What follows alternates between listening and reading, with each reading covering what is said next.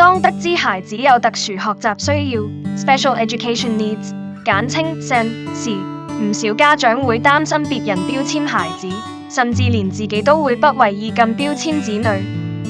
事實上，家長嘅心態往往會影響小朋友嘅情緒，甚至有機會加重佢哋嘅病情。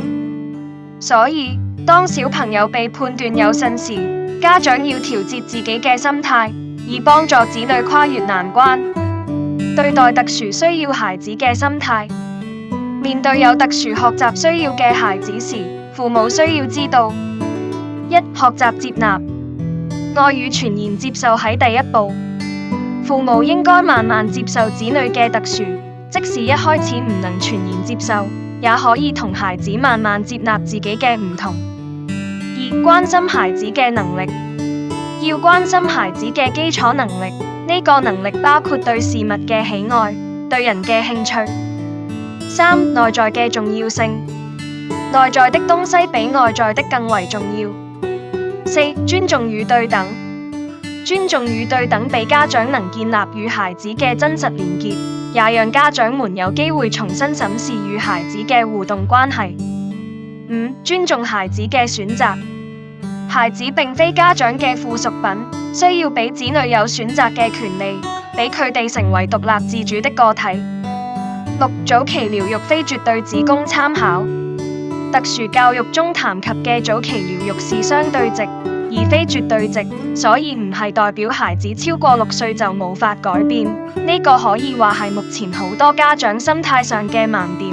喺孩子6歲前做過多嘅治療或訓練，只會俾自己同孩子持續處於高壓嘅狀態。七、使用正確嘅方法，年紀稍大嘅孩子，只要用對方法，因材施教，仍可以令佢哋喺行為及心態上作出正面嘅改變。八、家長需調節自己嘅情緒，家庭氛圍以及家庭支持會對孩子嘅教養與日後發展起關鍵嘅作用。而每位家長都會有情緒，所以家長應該適度調節自己嘅情緒，以免影響到子女嘅狀態。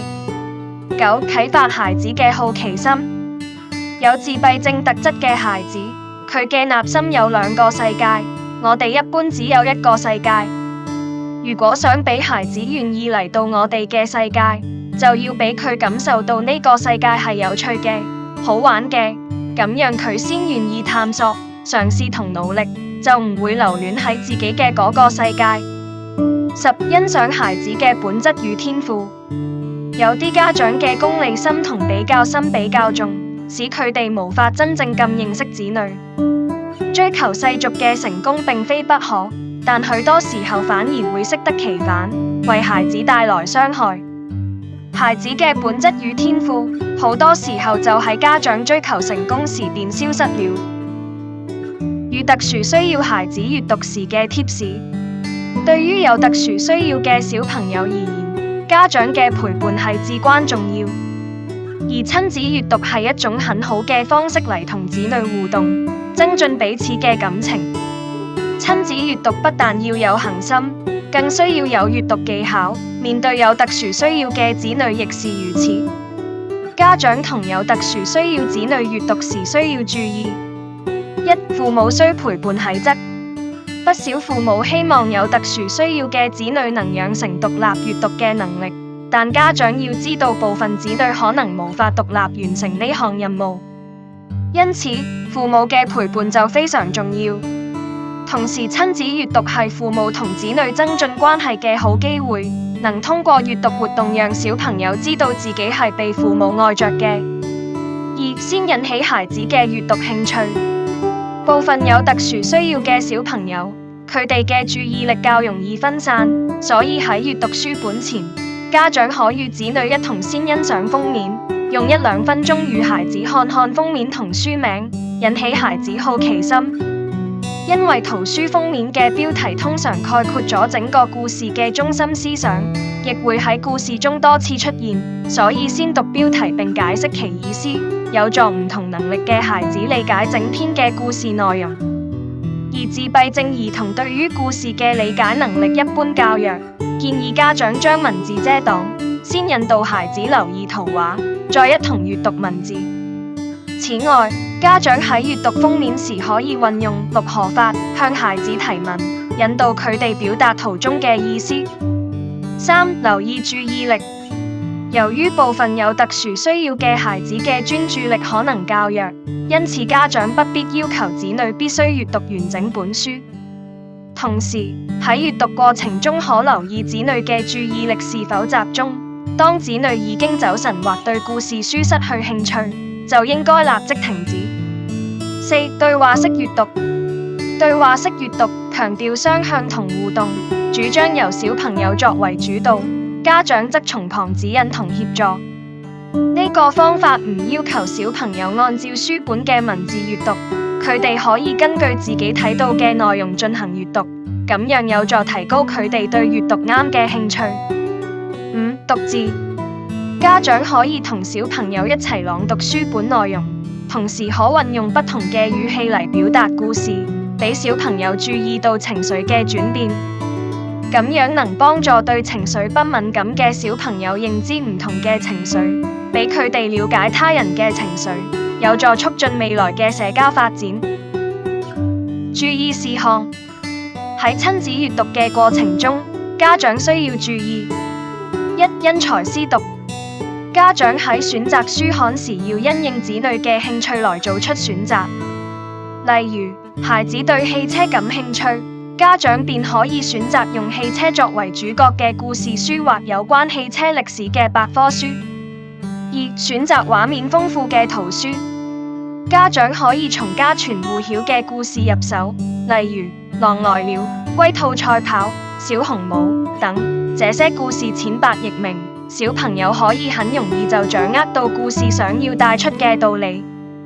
另外，可以選擇圖畫較豐富、主角有表情、有動作嘅版本，這樣小朋友就可以根據內容來了解故事或猜測故事情節。 3. 因應子女語文能力，使用恰當嘅詞彙。有特殊需要嘅小朋友可能學習進度較慢，所以家長應該因應子女嘅語文能力來選擇適合佢哋嘅讀物，這樣能避免子女因為過於深奧嘅詞彙而失去閱讀樂趣。教導原則。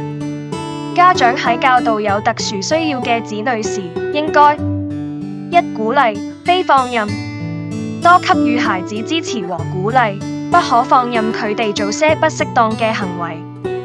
2. 幫助需適度，以平常心對待孩子，只要是子女能力所及，盡量讓孩子自己嘗試。家長不要過度幫助，因為這會使子女失去學習自立嘅機會。